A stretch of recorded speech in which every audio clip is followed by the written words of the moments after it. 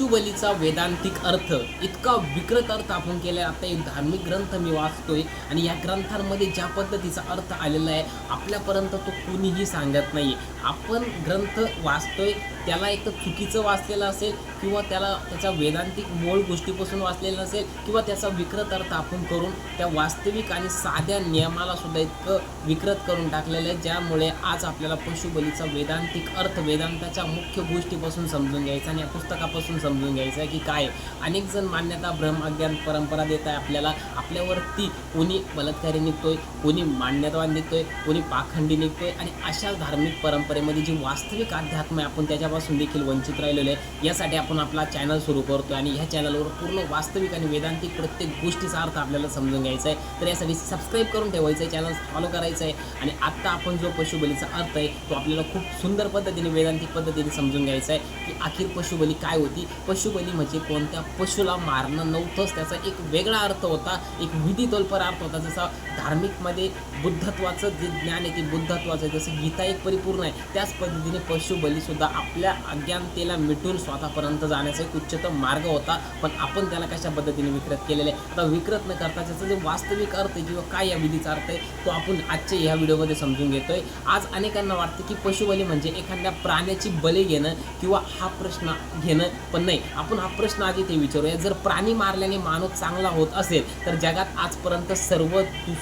दुःख संपायला हवं होतं. कारण की आज अनेक मोठ्या पद्धतीने आज मांस हत्या ही भारतामध्ये चालू आहे आणि वेदांत सांगतो पशुबली म्हणजे फक्त बाहेरचा प्राणी नाही किंवा पशुबलीचा वास्तविक अर्थ प्राण्याने जर दिला असेल तर एक वेगळा आणि उच्च अर्थ होता. जेव्हा राग आपल्या बुद्धीवर ताबा घेतो हे वास्तविक पशुत्व आहे. वास्तविक पशुत्व मन आहे आणि मनात बसलेलं आहे काम, क्रोध, लोभ, मोह, मात्सर्य, अहंकार, वासना या गोष्टींचा त्याग होता पशुबली. पण त्याचा त्याग म्हणजे काय तर आजपर्यंत जर कोणी असेल तर सुखी व्हायला पाहिजे नव्हता किंवा आपली जी पशुता आहे जी बुद्धीवर ताबा घेते, जो राग आपल्या बुद्धीवर ताबा घेतो हे आहे वास्तविक पशुत्व. जेव्हा लोभामुळे माणूस चुकीचा निर्णय घेतो हे आहे वास्तविक पशुत्व.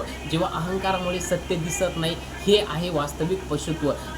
आणि जेव्हा अज्ञानामुळे आपण स्वतःलाच ओळखत नाही आहे ही सगळ्यात मोठं पशुत्व आहे. आपल्यावरती जो अज्ञानतेचा भार पडलेला आहे तो भार म्हणजे पशुत्व आहे. मग तो भार अनेकांच्या जीवनात काम, क्रोध, मद, मोह, लस्सले किंवा अनेक वेगवेगळ्या गोष्टी अनेक वेगळं पशुत्व आहे जे आपल्याला साफ करायचं आहे. म्हणून पशुबली म्हणजे प्राणी मारणे नाही तर रागावर नियंत्रण मिळवणे ही आहे पशुबली.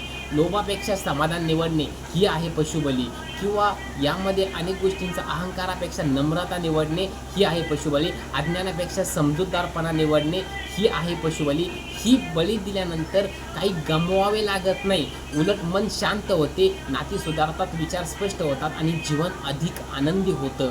म्हणून वेदांताचा संदेश स्पष्ट आहे, खरी पशुबली म्हणजे बाहेरच्या प्राण्याची नाही तर आपल्या जीवनातील नकारात्मक वृत्तींची आहे.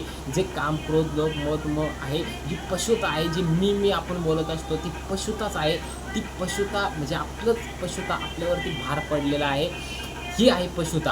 आणि ही पशुता म्हणजे जेव्हा हे पशुत्व कमी होत चालतं तेव्हा माणूस वास्तविकताशी त्याच्या स्वभावाशी जोडतो.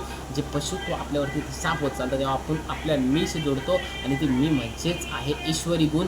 ते ईश्वर तत्व प्रगट होतं, त्या समाधान प्रगट होतं, त्याला महान आनंद बोललं जातं. आणि यासाठीच पूर्ण धर्म आहे, यासाठी प्रत्येक विधी आहे, यासाठी प्रत्येक गोष्ट आहे. पण आपण तिचा वास्तविक अर्थ आजपर्यंत समजू शकलेलो नाही. ठीक आहे, इतक्या छान पद्धतीने समजू शकलेलं नसेल तर आचार्य प्रशांतजींचे एक व्हिडिओवरती आपल्याला नक्की बघायची आहे. या गोष्टीचा पूर्ण खोल अर्थ खूप वेगळा आहे. मी परत एक व्हिडिओच्या बनवण्याचा प्रयत्न करेल, अनेक गोष्टी सांगण्याचा प्रयत्न केला तरी पण राहिला असेल तर नेक्स्ट व्हिडिओमध्ये आपण नक्की बघणार आहे. हा चॅनल आपल्याला आध्यात्मिक दृष्टिकोनातून बनवलेला आहे, यासाठी फॉलो करायचं आहे, शेअर करायची आजची व्हिडिओ कोणत्या नेक्स्ट व्हिडिओमध्ये. तोपर्यंत रामकृष्ण हरी. वास्तविक राम म्हणजे काय याचा अर्थ, वास्तविक वेदांत म्हणजे काय याचा अर्थ आणि वास्तविक ओमकार सगळ्या गुणांचा अर्थ आपल्याला एक एक टप्प्याने घ्यायचा आहे. भेटूया कोणत्या अशाच नवीन माहितीसोबत. आजची व्हिडिओची होती ती खूप एक वेगळी आहे, तिचा अर्थ खूप उच्च आहे आणि जर वास्तविक आध्यात्मिक दृष्टिकोनातून वेदांतातून अर्थ बघितला तर खूप प्रगट आनंद आपल्या जीवनात येतो.